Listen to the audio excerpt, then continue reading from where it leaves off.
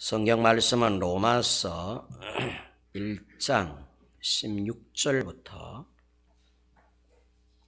32절 마지막 말씀까지 보겠습니다. 신약 성경 240페이지에 있습니다. 로마서 1장 16절부터 32절 마지막 절까지. 우리 방송실 위에 마이크 볼륨을 조금만 올려주시면 대단히 감사하겠습니다. 우리 한 절씩 교독을 하겠습니다. 제가 한 절을 읽고 또 여러분들이 한 절을 읽고 그 16절부터 32절 마지막 절까지 한 절씩 그렇게 크게 한 절씩 교독을 하겠습니다. 내가 복음을 부끄러워하지 아니하노니 이 복음은 모든 믿는 자에게 구원을 주시는 하나님의 능력이 됨이라. 먼저는 유대인에게요 그리고 헬라인에게로다.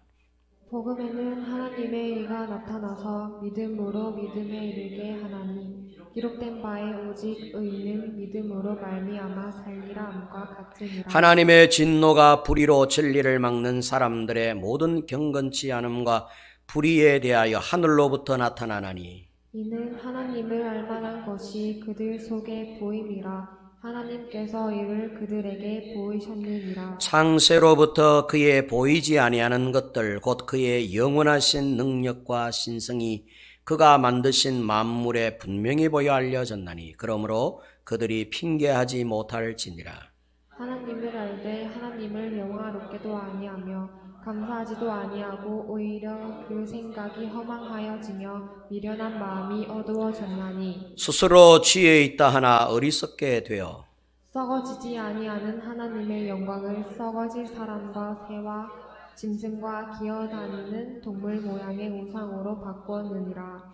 그러므로 하나님께서 그들을 마음의 정욕대로 더러움에 내버려 두사 그들의 몸을 서로 욕되게 하게 하셨으니 이는 그들이 하나님의 진리를 거짓 것으로 바꾸어 피조물을 조물조보다 더 경배하고 섬김이라 주는 곧 영원히 찬송하시리로다. 아멘. 이 때문에 하나님께서 그들을 부끄러운 욕심에 내버려 두셨으니 곧 그들의 여자들도 순리대로 쓸 것을 바꾸어 영리로 쓰며 그와 같이 남자들도 순리대로 여자 쓰기를 버리고 서로 향하여 음욕이 부릴 듯 하매 남자가 남자와 더불어 부끄러운 일을 행하여 그들의 그릇됨과 상당한 보응을 그들 자신이 받았느니라. 또한 그들이 마음에 하나님 두기를 싫어하며 하나님께서 그들을 그 상실한 마음대로 내버려 두사 합당하지 못한 일을 하게 하셨으니 곧 모든 불의 추악, 탐욕, 악의가 가득한 자요 시기, 살인, 분쟁, 사기, 악독이 가득한 자요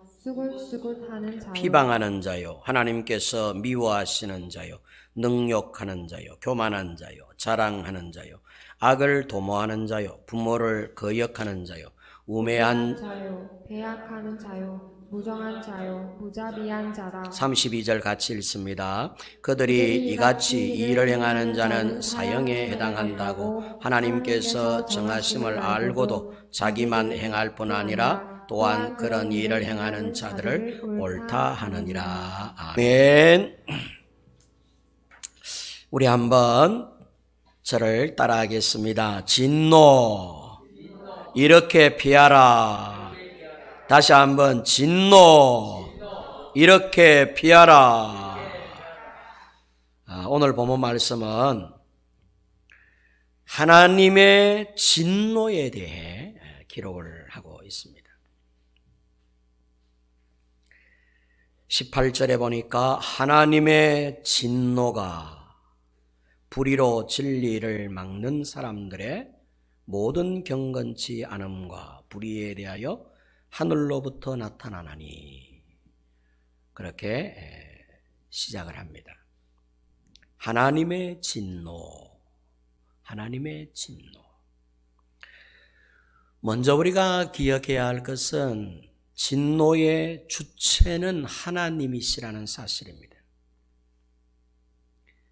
그래서 본문 18절 이하 23절까지의 진노에 관한 말씀은 무엇보다도 하나님께 어떻게 하고 있나? 우리가 하나님께 어떤 모습으로 살아가고 있나? 특별히 하나님께 잘하고 있나를 염두에 두고 성경을 보아야 한다는 말씀입니다. 세상에 어떻게 하고 있나? 가령 사람들에게 어떻게 하면서 살고 있나를 말하는 게 아니라 하나님께 대하여 이 세상이, 사람들이, 우리들의 모습이 하나님을 향하여 어떻게 했기에 하나님이 이토록 진노하고 계시나 하는 부분을 염두에 두고 말씀을 보셔야 한다는 말씀입니다. 사람에게 잘하자 하는 말씀이 아니라 하나님께 잘해야 된다라고 하는 전제를 먼저 두고 말씀을 보셔야 됩니다. 문제는 하나님께 어떻게 하나라고 하는 게 가장 큰 문제입니다. 18절 이하 쭉 기록된 말씀은 전부 하나님께 대해서 우리의 세상의 모습이 어떠했는가를 기록합니다. 하나님을 알되 하나님을 영화롭게도 아니하며 감사하지도 아니하고 하나님을 알만한 것이 그들 속에 보임이라. 하나님께서 이를 그들에게 보이셨느니라. 창세로부터 그의 보이지 아니하는 것들 곧 그의 영원한 능력과 신성이 그가 만드신 만물에 분명히 보여 알려졌나니. 하나님을 소개해 놓았다는 것이죠. 하나님을 다 알도록, 하나님을 발견할 수 있도록, 하나님을 알 수 있도록 이 자연계 안에, 이 천지 만물 안에 다 나타나게 해주셨고 보여주셨고, 또 우리들 마음에 말이죠, 양심이라고 하는 거울을 통하여 하나님을 알 수 있도록, 하나님의 음성을 발견할 수 있도록 해놓았다는 거예요. 그래서 어떤 의미로는 모든 사람들이 하나님을 안다는 것이죠. 하나님을 두려워하고 있고 하나님에 대해 무서워한다는 거예요. 그래서 하나님의 존재에 대해 막연하게 다들 생각들은 하고 있는데, 그러면 하나님을 알만한 사람들인데 그들이 어떻게 했느냐 할 때 영화롭게도 아니하며 감사하지도 아니하고 이렇게 전개해 내려가고 있습니다. 그래서 하나님이 진노하셨다. 어떻게? 이제 24절 이하 진노의 모습을 이제 기록을 하고 있습니다. 그래서 하나님의 진노는 사람과 사람들끼리 어떻게 했나라고 하는 부분보다도 사람이 하나님께 어떻게 했나에 대한, 그래서 부족함이 있었고 허물들이 있었기에 하나님이 이제 진노하셨다. 이렇게 이제 기록을 하고 있습니다. 진노라고 하는 단어가 오르게입니다. 오르게. 헬라 원어로 오르게. 오르게라고 하는 뜻은 그 참을성이, 그 인내심이죠. 하나님의 인내심, 하나님의 참을성이, 하나님의 의지가 폭발하기 일보 직전이다 라고 하는 매우 격한 감정의 상태를 표현할 때 오르게라고 하는 단어를 씁니다. 그러니까 이 진노라고 하는 단어는 격노라고 하는 뜻으로 해석을 하면 더 아마 사실적으로 느껴질 수 있을 거예요. 격노하고 있다는 뜻이에요. 화가 머리 끝까지 치밀어 올라 있는 상태, 이걸 오르게라고 이야기합니다. 하나님의 이 머리가, 하나님이 머리가 계시겠습니까만은 우리식으로 표현하면 하나님의 이 머리가 화로 가득 차서 그야말로 폭발하기 일보 직전이다 그런 뜻이에요. 무언가에 대해 엄청난 화가 나셔서 계신 것이죠. 이걸 진노라고 더 표현할 게 없어가지고 이렇게 표현한 거예요. 진노. 이제 폭발하면 어떻게 되느냐 하면 큰일 나는 거예요. 폭발하면 쉬모스라고 하는 심판이 이제 임하게 되는 것이죠. 이 오르게라고 하는 진노는 쉬모스라고 하는 심판의 의미는 아니에요. 진노라는 게 있고 심판이라는 게 있다면 진노 후에 심판이 임해지는 것입니다. 헤롯 왕이 또 다른 왕이 태어났다는 거예요. 화가 머리 끝까지 났어요. 그래서 군사들을 시켜서 유대 땅에 있는 베들레헴, 이 이스라엘 땅에 있는 2세 이하의 모든 남아들은 다 죽여라 명령을 내립니다. 그래서 군사들이 헤롯 왕의 명을 받들어서 칼을 들고 집집마다 들어가서는 2세 이하의 모든 남아들을 칼로 죽이면서 피바다가 됐죠. 이걸 쉬모스라고 그럽니다. 그 쉬모스는 이제 심판을 뜻하는 것이고, 오르게는 심판 그 직전에 이제 화가 머리까지 이제 나 있는 상황, 이제 결단만 내리면 돼. 하나님이 결단만 내리면 이제 심판 쉬모스가 임하게 되는 것이죠. 근데 아직은 감사하게도 지금은 쉬모스의 상태는 아니라는 거예요. 지금은 무슨 상태냐? 부글부글 끓어서 하나님의 머리까지 콱 그 화가 차서 막 뚜껑이 열리기 일보 직전의 상태다. 이렇게 보면 되는 것입니다. 이걸 하나님의 진노가라고 그렇게 표현을 한 것이죠. 그래서 이 진노라고 하는 단어가 오르게, 감정적 어떤 폭발의 위기를 이야기하는 겁니다. 터지기 일보 직전. 어떤 의미로는 감사하죠. 왜냐하면 아직 폭발하지 아니하셨으니까. 폭발하지 아니하셨어요. 폭발하기 전에 달래면 되는 거거든. 폭발하기 전에 그 기운을 빼면 되는 것이거든. 우리가 풍선을 막 불 때 풍선을 막 세게 붑니다. 계속 붑니다. 그러면 풍선이 막 팽창해가지고 말이죠. 공기가 가득 차서 터지기 일보 직전일 때 바람을 훅 빼버리면 되잖아요. 그러면 푸르륵 하고 그렇게 가득 찬 풍선이 조그만하게 이제 쪼그라들죠. 지금 이제 하나님의 이 진노의 상태는 막 폭발하기 일보 직전인 것이. 우리로서는 참 어떤 의미로 감사한 겁니다. 심판해버리면 이제 주워 담을 게 없는 거죠. 터져버리면 어떻게 되느냐? 원위치 시킬 수가 없는 것이죠. 그 터지기 일보 직전이라고 보면 되는 것이죠. 이걸 진노라고 그럽니다. 진노의 대상은 불의로 진리를 가로막는 모든 자들. 불의로 진리를 가로막는. 불의라고 하는 이 원어는 아디키아라고 하는 원어예요. 뜻은 복음을 거절하는 행위라고 이렇게 해석을 해놨어요. 복음을 거절하는 행위. 불의라 우리는 보통 불의 그러면 나쁜 짓 하고 도둑질하고 악하고 법을 어기고 불법을 행하고 이런 의미를 우리 이제 연상을 하지 않습니까? 그거는 사실은 어쩌면 어떤 지엽적 문제를 할 수 있어요. 본질적 문제가 아니에요. 본질적인 문제는 뭐냐 하면 불의, 곧 복음을 받아들이지 아니하는, 복음을 거절하는 행위. 하나님이 구원을 하시려고 사랑을 베푸시는데 사랑을 거절한다 그런 뜻이에요. 하나님이 용서해 주시고 하나님이 구원해 주시려고 구원의 손길을 내미는데 그 손길을 거부한다는 뜻이에요. 이걸 불의라고 그래요. 하나님은 예수 그리스도를 통하여 세상을 구원하시고자 예수 그리스도 안에 하나님의 사랑을 마지막 담아서 이 세상에 보내셨고 사람들 앞에 서게 하셨어요. 그래서 예수님의 말씀을 청종할 수 있도록, 예수님을 받아들일 수 있도록 하나님이 구원의 손길을 예수를 통하여 보냈는데 사람들이 배척하고 예수를 십자가에 못 박아 죽이고 거절하더라는 것이죠. 이걸 불의라고 그럽니다. 믿지 않음을 말하는 것이죠. 믿지 않음, 받아들이지 않음, 복음을 거절하는 것.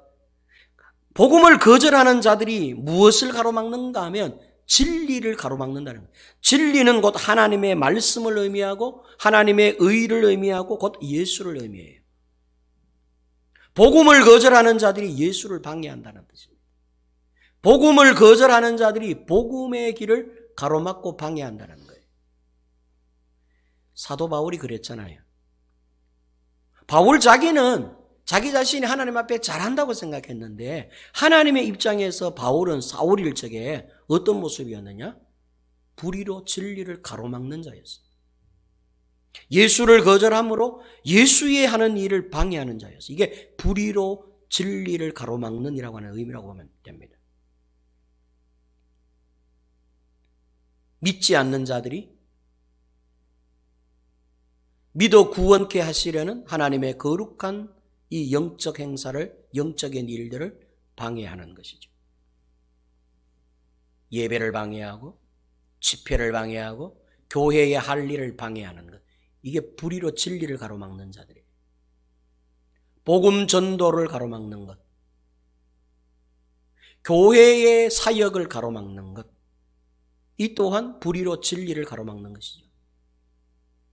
진리는 하나님이 하신, 하나님이고 진리시잖아요. 하나님이 진리이시고 하나님의 말씀이 진리이시고 하나님의 사랑이 진리이시고 하나님의 긍휼과 자비가 진리이시고 하나님의 은혜가 진리이시고 하나님의 의, 하나님이 우리를 구원하시려고 하는 모든 노력들이 진리이신데 하나님의 대답이 진리이시고 하나님의 말씀이 진리이신데 이 하나님이 행하시는 일들을 이 불의한 자들이, 믿지 않는 자들이, 복음을 거절하는 자들이, 하나님의 사랑의 손길을 거절하는 자들이 가로막는다는 거예요.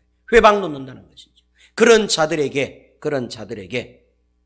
또한 두 번째는 불경건한 모든 불의한 자들에게, 불경건한이라고 하는 것은 하나님을 영화롭게 하지 않는, 하나님을 공경하지 않는, 하나님을 예배하지 않는 행위를 경건치 않음이라고 표현하겠어요. 그래서 원어는 아세베이아라고 하는 단어, 아세베이아라고 하는 원어를 찾아봤더니 그 뜻이 하나님을 공경하지 않는 무리라고 해서 그랬어요. 하나님을 공경한다는 것은 하나님을 존경하고 하나님을 예배하고 하나님을 섬기고 하나님을 찬양하고 하나님을 영화롭게 하는 것을 말해요. 그런데 그렇게 하지 않는 자들이 있다는 거예요. 이들을 불경건한 자들, 경건치 아니한 자들, 혹 불의한 자들이라고 그렇게 성경이 표현을 하고 있습니다. 그래서 하나님께는 먼저로 우리가 좀 생각해야 될 게 하나님께는 이 예배한다는 것, 하나님을 경외한다는 게 굉장히 중요한 문제라는 걸 오늘 이 자리에 계시는 여러분들도 영상 예배를 드리시는 여러분들도 기억하셔야 돼요. 우리는 하나님을 예배하는 걸 굉장히 쉽게 생각하는데 하나님께는 아니더라는 거예요. 전에도 말씀드렸죠. 출애굽의 목적이 저들로 하여금 광야에서 하나님이 예배를 받으시기 위해서 출애굽시킨다고 그러셨어요. 이 애굽의 왕 바로가 모세에게 묻잖아요. 왜 그렇게 나가려고 하니? 너 왜 그렇게 너희 백성들을 데리고 여기 있으면 얼마나 좋냐? 이 고기도 먹고 여기 살기 좋은데 왜 여기 있지? 왜 자꾸 저 힘든 곳 광야로 나가려고 하니? 물었더니 하나님께서 모세에게 이렇게 대답하셨어요. 그들로 하여금 광야에서 제사를 받기 위함이라 그러셨어요. 예배를 받기 위하심이라 그랬어요. 왜? 430년 찌들어 있는 애굽 땅 이 세상은 하나님을 예배하는 곳이 아니거든. 하나님을 대접하는 곳이 아니거든. 하나님을 하나님으로 인정하는 곳이 아니거든. 하나님을 아주 우습게 생각하는 곳이거든. 특히 애굽이라고 하는 땅덩어리는 그랬습니다. 430년 동안, 무려 500년에 가까운 세월 동안 사람들은 하나님을 무시하고 하나님을 찬양하거나 하나님을 찾지도 아니하고 하나님께 나아오지도 아니하고 하나님을 예배하고 하나님을 존경하지 않은 세상이었어요. 이게 여러분 우리가 사는 세상이에요. 하나님을 예배하는 자들은, 예수 믿는 사람들, 교회 다니는 우리는 하나님을 예배하지 일반 사람들이 하나님을 예배합니까? 아주 우습게 생각합니다. 하나님을. 저들을 가리켜서 불경건한 자들, 경건치 아니한 불의한 자들이라고 하는 거예요. 하나님을 예배하고 하나님을 존경하지 아니하는, 하나님을 경외하고 공경하지 아니하는 자들, 이게 에세메이아라고 하는 단어예요. 그런 자들에게 하나님의 진노가 나타나는.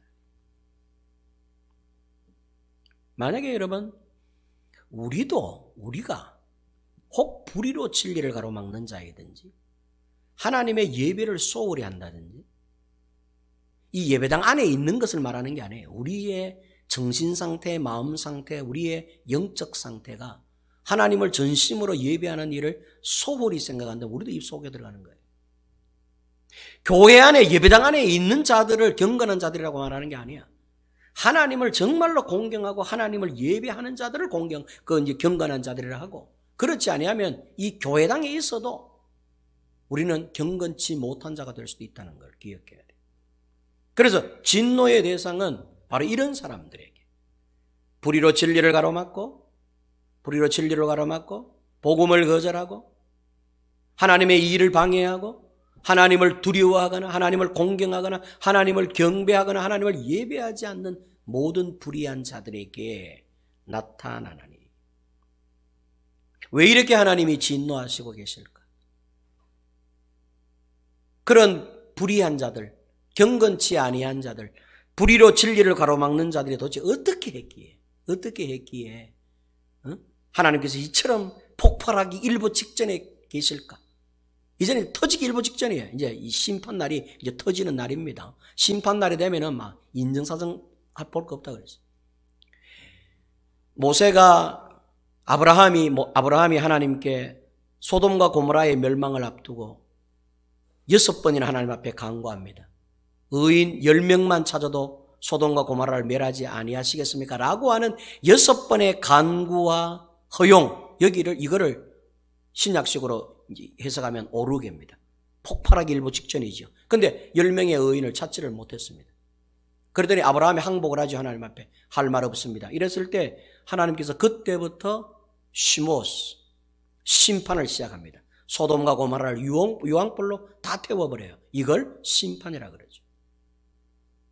지금은 이제 유황불을 뿌리는 이런 상태는 아니고 고전이라는 것이죠. 하나님은 왜 이렇게 진노하셨을까라고 할 때 아주 우리가 좀 생각을 해봐야 될 문제가 있어요. 하나님을 알면서도 라고 하는 부분이에요. 21절 말씀에 하나님을 알되 하나님을 안다는 거예요. 그런데 하나님을 영화롭게도 아니하며 감사하지도 아니하고 그 생각이 엉터리가 되어서 사람의 모양, 동물의 모양, 짐승과 기어다니는 새의 모양, 이런 모양으로 우상을 새겨가지고는 하나님께 예배하는 것이 아니라 우상에게 예배하고 우상을 섬기게 되었다라고 21절에서 그 이유를 밝히고 있습니다. 중요한 거는 하나님을 알되라고 하는 말. 이 알되라고 하는, 이 안다라고 하는 단어가 여러분 아마 익히 들어보셨을 단어예요. 기노스코라고 하는 단어예요. 일반적으로 신약 성경에 하나님을 안다라고 할 때 단어를 기노스코라고 하는 단어를 씁니다. 이 기노스코는 어떤 의미냐면 체험하여 안다는 뜻입니다. 겪어보아서 안다는 뜻이에요. 그냥 책을 통해 가지고 그냥 이렇게 공부해 가지고 아는 걸 말하는 게 아니야. 단어 외워서 아는 게 아니야. 교과서에 있는 거 그거 이제 숙지해서 아는 게 아니야. 머리에 집어넣어 가지고 그 지식을 집어넣어서 아는 걸 말하는 게 아니에요. 경험을 통해 가지고. 예? 체험을 통해 가지고. 체험을 통하여 알게 된 것을 기노스코라 그래요. 이거는 예를 들어서 부부의 관계와 같은 거예요. 우리는 저 부부를 잘 몰라요. 저 남편, 저 아내의 그 관계를 우리는 잘 몰라요. 우리는 제3자니까 잘 몰라요. 그러나 부부는 남편이 부인을 알고 부인이 남편을 알아요. 그래서 우리가 한 번씩 우스갯소리로 참 좋은 남편 두셨습니다. 참 좋은 아내 두셨습니다. 그러면 어김없이 하는 소리가 한번 살아보세요. 그럽니다. 그 한번 살아보세요라고 하는 말은 한번 겪어보라는 말이에요. 당신 한번 저 부인 한번 체험해보세요. 당신 내 남편 한번 체험해보세요. 한번 1년만 같이 한번 살아보세요. 이 말이거든요. 그러니까 우리가 아는 부부랑 부부가 부부를 아는 것은 다른 것이에요. 부부가 부부끼리 아는 거 겪어보고 경험해보고 막 살같이 부딪혀보고 막 이렇게 막 섞어서 뒤리 섞어서 아는 거 몸소 체험하여 아는 것을 기노스코라 그래요.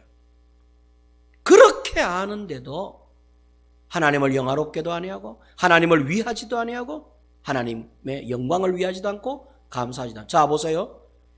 우리는 하나님을 다 체험한 자들이에요. 핑계댈 수 없어요. 변명할 수 없어요. 여러분들이 하나님을 아는 게 배워서 아는 겁니까? 공부해서 합니까? 학교에서 배우셨어요? 사전에서 하나님에 대해서 이렇게 찾아보고 네이버 지식창을 통해서 하나님을 압니까? 아니잖아요. 저와 여러분들이 아는 하나님은 체험을 통해, 경험을 통해 내 삶의 현장에서 나의 삶을 간섭해 주시고 도와주시는 하나님의 그 손길의 체험을 통해서 우리 하나님을 아는 기노스코인들이에요. 그런데도 불구하고 그런 우리가 하나님을 겪어보고 체험해보고, 세상 사람들은 전부 하나님을 무시하고 갈시한다 할지라도 나는 하나님을 체험해봐서 알아, 나는 하나님을 겪어봐서 알아, 이렇게 고백할 수 있는 우리들이 10가지의 재앙을 이스라엘 목전에서 보여주셔서 살아계신 하나님을 체험케 해주셨음에도 불구하고 그렇게 기노스코 하나님을 알게 된 그들이 광야에 가서 한 일은 하나님을 영화롭게도 하지 않고 하나님을 감사하지도 않고, 그래서 하나님이 어떻게 하셨어요? 출애굽한 1세대들은 여호수아와 갈렙 위에는 한 놈도 가나안에 들어가지 못할 줄 알아라 벌을 내리셨죠. 아무도 못 갔어. 광야에서 다 죽었어.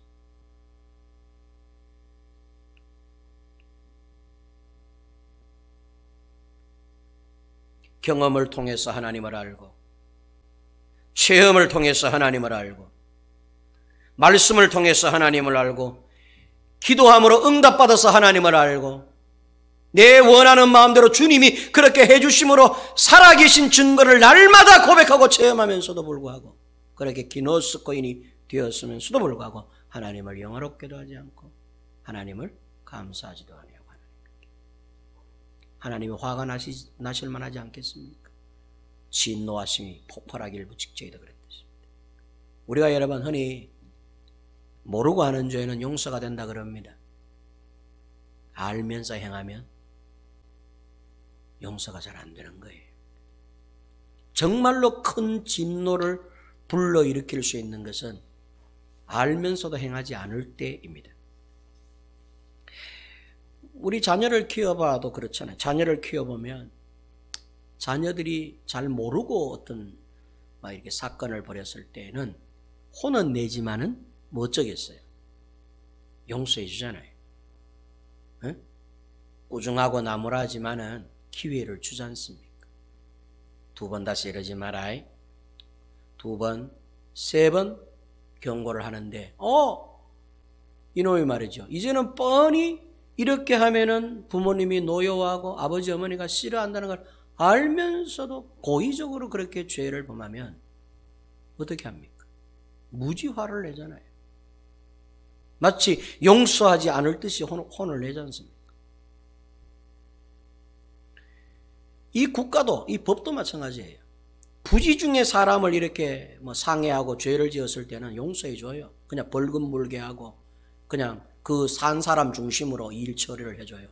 고의적으로 계획해서 알면서도 죄를 지으면은 법이 엄하게 돼요. 굉장히 엄하게 돼요. 사람을 똑같이 죽였는데도 부지 중에 말이지 깜빡 졸다가 이렇게 졸다가 어쩌다가 차 잘못 몰아가지고 길 가는 행인을 칵 치어가지고 사람이 죽었어. 그렇게 죽은 거라. 계획을 딱 갖고 말이죠. 사람 죽이면 나쁜 줄 아는데도 불구하고 기다렸다가 지나가는 사람 보고 그냥 빤히 말짱한 눈으로 지나가서 사람을 이렇게 치어서 죽이면요, 나중에 그게 들통이 나면 법은 엄하게 따져요. 졸면서 자기도 모르는 사이에 사람을 죽인 거 살인자라고 그렇게 취급하지 않습니다. 벌금 물고 나와요. 법도 아는 거, 국가도 아는 것이 뭐 어쩌겠어, 모르고 지은 걸. 그런데 알고 짓는 죄에 대해서는 매우 엄격하게 다룹니다. 우리도 그렇게 하잖아요. 하나님도 그랬다. 오늘 여러분 이 16절부터 32절까지 내용을 쭉 읽어보면 아까 전자에 말씀드렸죠. 하나님께 대한 거라고 말씀을 드렸어요. 하나님을 알만할 수 있는 걸 다 체험하도록 다 해놨다는 거예요. 산길을 다니면서 물고기를 잡으면서 물고기를 주신 이를 발견할 수 있도록 이 천지 만물 안에 하나님을 알만한 신성과 능력을 다 보여 알게 해놓고 매일매일같이 우리의 양심의 소리를 두드리면서 너 그러면 안 돼? 너 그러면 혼나? 이렇게 하면 이거 안 좋은 거야. 늘 양심을 통해서 하나님께서 놓고 하면서 양심을 통해서 하나님께서 메시지를, 하나님의 음성을 들려주시는데도 불구하고, 거기다가 특별히 우리 예수 믿는 사람들은 기도의 응답, 말씀의 응답, 체험을 통해, 경험을 통하여 살아계신 하나님의 사랑을 만끽함에도 불구하고 하나님을 아는 자들이 하나님을 영화롭게도 하지 않고 하나님께 감사하지도 않아요. 세상 좋아라고 쫓아다니고, 세상이 마치 우리에게 구원을 주는 양, 세상이 마치 우리에게 생명을 주는 양, 세상을 우상화하여 세상을 섬기고 예배하고 세상을 찾아다니고 있으니 이게 하나님의 화를 돋구었다라고 하는 의미입니다. 진노의 형태는 어떤 모습이냐? 간단한 모습이었어요. 내버려 두심이었어요. 24절 이하에 쭉 기록된, 이제 마지막 절까지 기록된 진노의 형태에 대해서 기록하고 있습니다. 여러분, 진노 중에 가장 큰 진노는 내버려 두는 거예요. 무관심을 말하는 것입니다.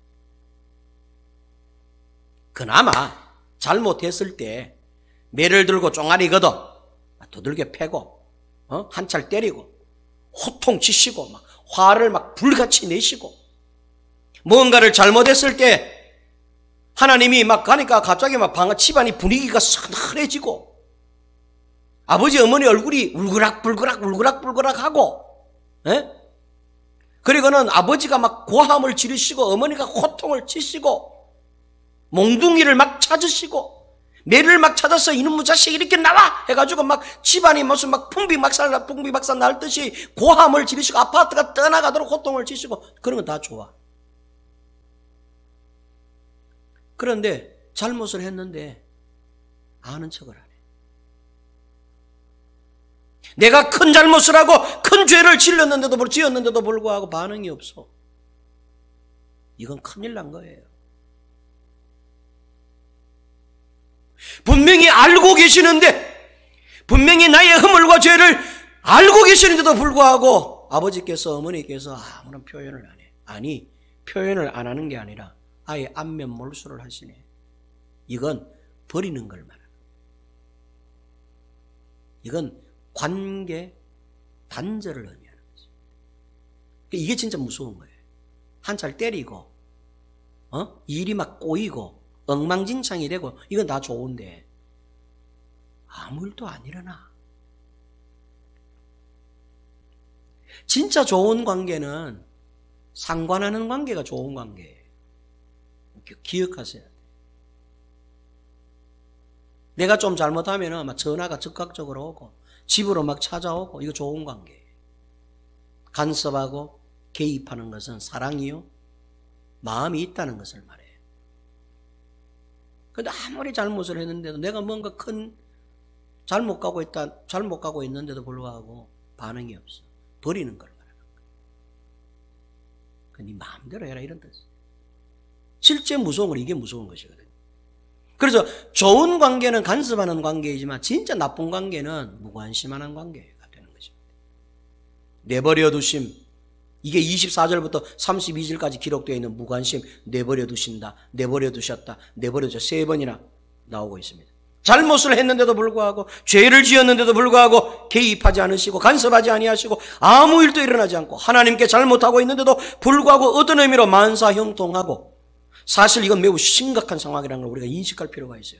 우리가 보세요. 하나님 앞에 게으름을 피우고, 오늘 우리 권사님이 기도한 것처럼 우리가 매주마다 이렇게 기도하지 않습니까? 누구나 이렇게 기도하지 않습니까? 하나님 앞에 게으름 피우고 하나님 앞에 잘못하고 있어. 이런 믿음 상태가 아니야. 예전의 나가 아니야. 이전에 옛 사랑 다 벗어버리고 주님에 대한 사랑이 어디 가서 잊어버리고 종교인이 돼가지고 이렇게 믿음 생활하고 있지 않습니까? 솔직한 이야기로 우리의 모습이. 그런데도 더 나쁜 것은 뭔지 아세요? 하나님 앞에 변질된 내 자신이 이렇게 나쁜 게 아니라, 이게 위험한 게 아니라, 그럼에도 불구하고 아무 일도 일어나지 않는다는 사실. 내가 잘못하면 다른 몽둥이가 부러지든지, 내가 잘못하면 집안에 누가 다치든지, 내가 잘못하면 재산상 손해를 보든지 해야 되는데, 내가 하나님 앞에 이렇게 잘못하고 있는데도 아무 일도, 오히려 만사형통해. 일만 더 잘 돼. 좋은 것인 줄 아세요? 이건 심각하게 생각을 해야 돼. 어쩌면 하나님께서 내버려 두시고 있다는 것도 기억해. 네 마음대로 해라. 이제. 신물이 난다. 이스라엘 백성들의 제사를 받으시면서 너희들의 제물 신물이 난다 해가지고는 그들의 제사 내버려 두셨어. 양들을 잡든지 소들을 잡든지 형식적 그들의 제사 하나님께서 버려두셨어. 근데 그걸 좋은 줄 알고 혼 안 나니까 일이 안 일어나니까 이렇게 해도 괜찮은 줄 알고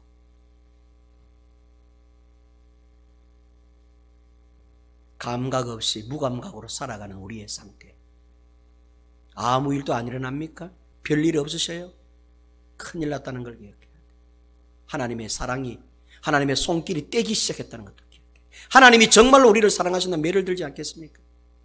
하나님이 진짜로 우리를 위하신다면 하나님께서 그 일을 간섭하지 않겠습니까? 죄를 짓는데도 내버려 두시겠어요? 잘못하는데도 하나님이 그냥 눈 감고 건너가시겠어요?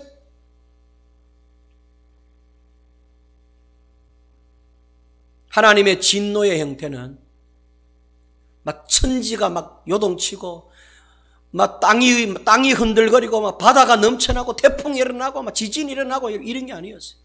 무관심이었어요. 내버려 두셨다. 24절부터 25절까지는 영적으로 타락하는 지경에 이르도록 내버려 두셨어요. 그럼 우리가 여러분 이 세상에 영적으로 타락했잖아요. 피조물들을 섬기고 우상화하지 않습니까? 왜 그렇게 된 줄 아세요? 하나님이 내버려 두신 것이라는 뜻입니다. 너 그 마음대로 해봐라 이런. 그럼 이게 뭐냐? 이게 폭발하기 일부 직전이라는 뜻이에요. 종국에 가면 이거 한꺼번에 확 쓸어다 가지고 심판해버리겠다는 뜻입니다. 그래 그 지경까지 지금 가고 있는 거예요. 지금 현재 이 상태가. 그러니까 사람들은 막 지 마음대로 우상 숭배하는 거야. 막 새도 섬기고 동물도 섬기고 돈도 섬기고 막 자기가 자기를 섬기고 세상을 우상화해서 살아가고 있는 거지. 이렇게 마음껏 해도 되는 줄 알고 오만 우상 다 섬기고 있는데 아니거든요. 하나님이 진노하셔가지고 이제는 화를 내시다가 도저히 이제 화 더 낼 화가 없으셔가지고 어떻게 하냐. 이제는 막 너 마음대로 해라. 관계를 끊으시는 것을 이야기하는 거죠. 26절부터 27절까지는 육적인 타락이에요. 행위적, 성적 타락. 남자와 남자가, 여자가 요즘 동성애. 이제 안 보세요, 여러분. 이 세상은 동성애가 됩니다. 대한민국 동성애 합법화 돼요. 걱정하지 마세요. 동성애 합법화 되니까. 법으로 보호받는 동성애가 된다니까. 며느리 사위가 남자가 들어오고 이제 사위가 여자가 들어올 거예요. 틀림없이. 왜 이렇게 일이 이렇게 진행이 되느냐? 왜 이 온 세상이 동성애화 되느냐? 하나님 내버려 두신 거예요. 너 마음대로 해라. 내버려 두. 그래서 우리가 동성애 짓거리들 하고 있는 것입니다. 하나님께서 관계의 손을 떼고 계시기 때문에 진노의 상태 아래 있기 때문에. 세 번째 28절부터 32절까지는 혼적인 타락입니다. 정신적인 문제가 생기는 거예요. 우울증. 마음의 상처, 신경성, 사람들 우울증, 신경쇠약. 얼마나 요즘 세상에 여러분 신경쇠약, 이 우울증 아닌 사람이 어디서 다 우울증 다 있어 사람들. 왜 이렇게 세상에 되어 있느냐? 왜 이렇게 정신적으로 마음으로 병이 들어있느냐? 하나님 내버려 두십니까?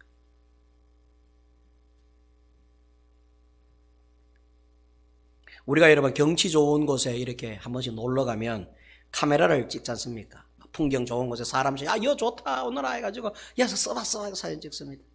사진 또 여러분 좋은 사람이나 사진 찍어주지 싫어하고 미워하는 사람 사진 찍어줍니까? 미워하고 싫어하는 사람이 오면 오히려 피해버려요. 그 사람 사진 찍어달라고 하면 화나요. 사진 또 여러분 내 좋아하는 사람, 내가 관계하고 싶은 사람, 내가 관여하고 싶은 사람에게는 사진 찍어주지 싫어하고 미워하는 사람은 사진도 안 찍어줘요. 하나님이 보세요. 하나님이 우리를 정말로 신경 쓰고 하나님이 우리를 좋아하시고 하나님이 우리를 사랑하시고 하나님이 우리에게 개입하시는 분 같으면은 여러분 우리를 불러 세워놓고 혼을 내시거나 호통을 치시죠. 그런데 성도가 죄를 지어도 하나님 앞에 잘못하고 있는 걸 본인이 알고 있어. 뻔히. 그래도 아무 일도 없네. 오히려 만사형통해. 다윗이요 한 번은 이것 때문에 화가 나가지고 하나님 앞에 막 억울해한 적이 있었어. 불의한 자들의 만사형통을 인하여 다윗이 막 억울해하니까 하나님께서 다윗을 부르고 다윗아 걱정하지 마라. 불의한 자들의 형통함을 인하여 너 질투하지 마라. 놔둬라 그랬어. 왜? 마지막 날 되면 한꺼번에 내가 한 방에 쓸어가지고 없애버리고 걱정하지 마 놔두라 그랬어요. 이게 여러분 시편에 나오는 내용.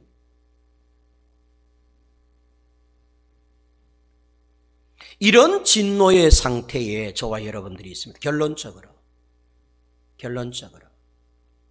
아까 말씀드렸다시피 감사한 것은 아직은 심판의 때가 아니라는 사실이에요.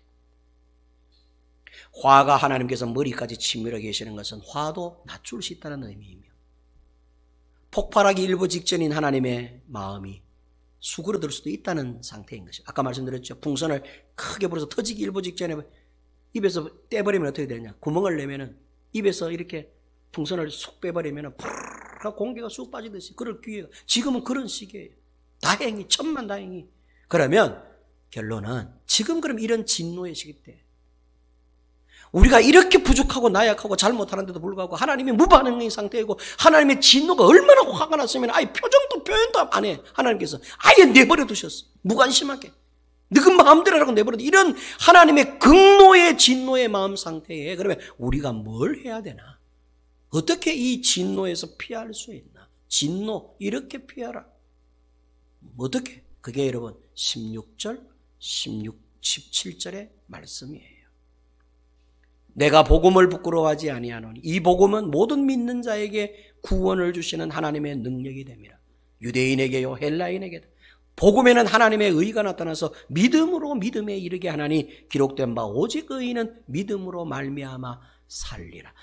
오직 의인은 믿음으로 말미암아 살리라라고 하는 이 믿음의 계열에 있는 자들은 진노에서 피할 수 있다는 뜻입니다. 그럼 무슨 말이에요?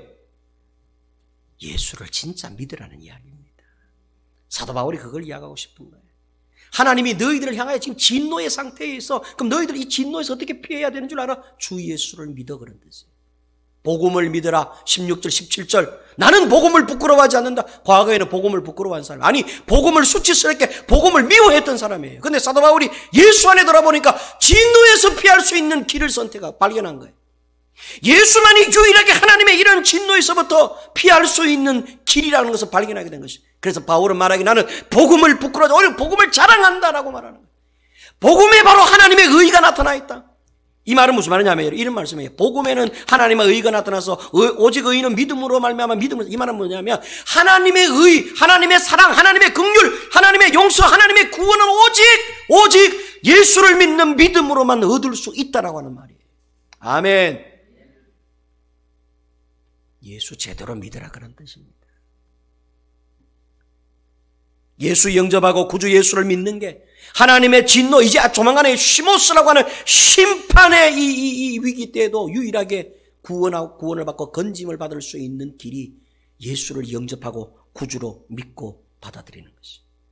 예수 안에서만 임하도록 내놓은 하나님의 의의 간섭 곧 복음을 마음으로 믿고 받아들이라는 것이. 회개하고 돌아서고 되돌려드리고 잃어버린 사랑을 되찾고 예수 안에서 그렇게 하라는 것이죠.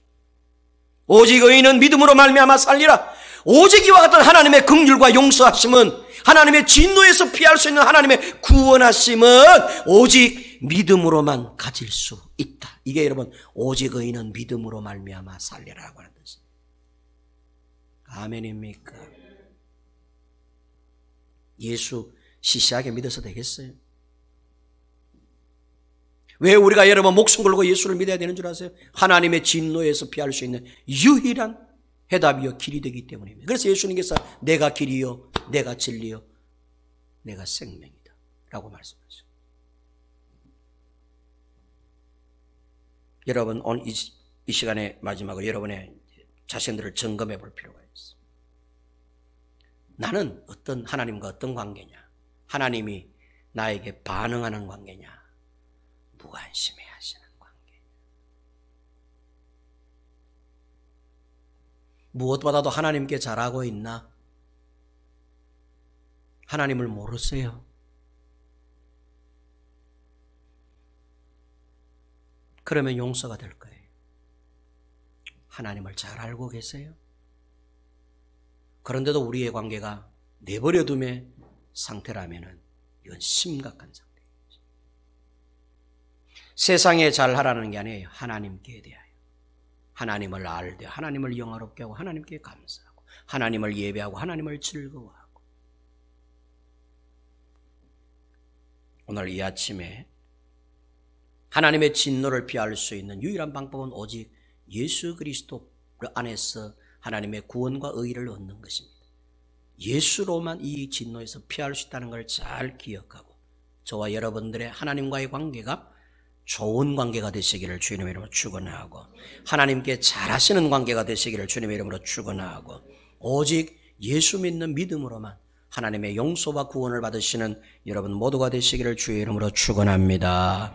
은혜로우신 하나님 아버지 귀하신 은총을 감사합니다. 우리 좋은 교회 성도들은 하나님의 진노에서 피할 수 있게 하여 주시옵소서. 하나님의 진노로부터 피하는 방법은 예수님을 마음으로 구주로 영접하는 길밖에 없습니다. 하나님의 용서, 하나님의 구원, 하나님의 사랑, 하나님의 자비, 하나님의 봐주심, 하나님의 간섭, 하나님의 개입은 오직 예수를 통해서만 우리에게 행하시는 줄로 믿습니다. 예수 안에 있는 하나님의 이와 같은 의를 마음껏 받아 누리며 살아가는 진노로부터 피함을 받는 좋은 교회의 모든 축복받은 성도들 되게 하여 주시옵소서. 예수님의 이름으로 기도하옵나이다. 아멘.